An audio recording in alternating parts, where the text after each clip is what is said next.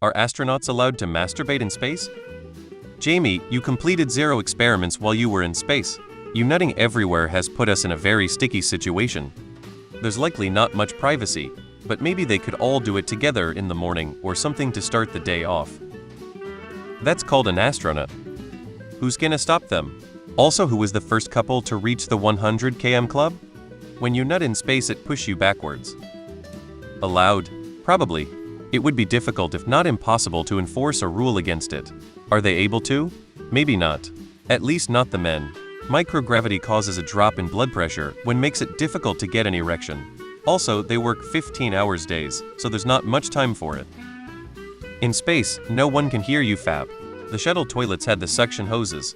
I imagine they could just use that? This reminded me of a question I had. What happens if you cut yourself and start bleeding? Been watching The Expanse, and whenever someone is injured in space, there's always talk about getting people into gravity to properly recover and safely bleed. Curious if that is a legit concern, and if ejaculating can cause you to propel in the opposite direction. Heard the orgasms are out of this world.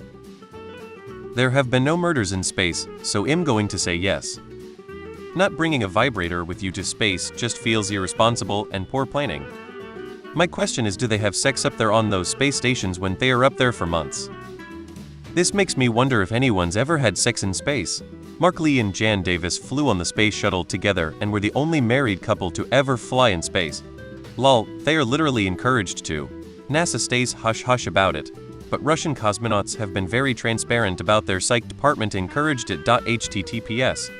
It helps calm you, relieves frustration, and nowadays, it provides an outlet that discourages sexual relations in space. There's no reason they would want it banned, even if it weren't encouraged. Neil's last name is actually Smith. Armstrong is a nickname he picked up in space. Serious answer, astronauts have privacy when in the toilet, cleaning themselves, and they sleep in a sleeping bag. After months without sex, and if given the erection, it would be very easy to quickly masturbate. Liquids in space gloop together already, extra sticky semen would gloop even more so. Semen can also easily be caught in a tissue, baby wipe, etc. Finally, teams that stick together for hours and hours on end, day in, day out, tend to be very open with one another. It would not be uncommon for someone to say don't come to the bathroom for the next 10 minutes and let each other do their thing. Teams in these kinds of environments already have full-on sex together. See hospitals or the military, which all of these people are from already. It's common enough that NASA considers sending same-sex crews in the future to stop space pregnancy from being a concern.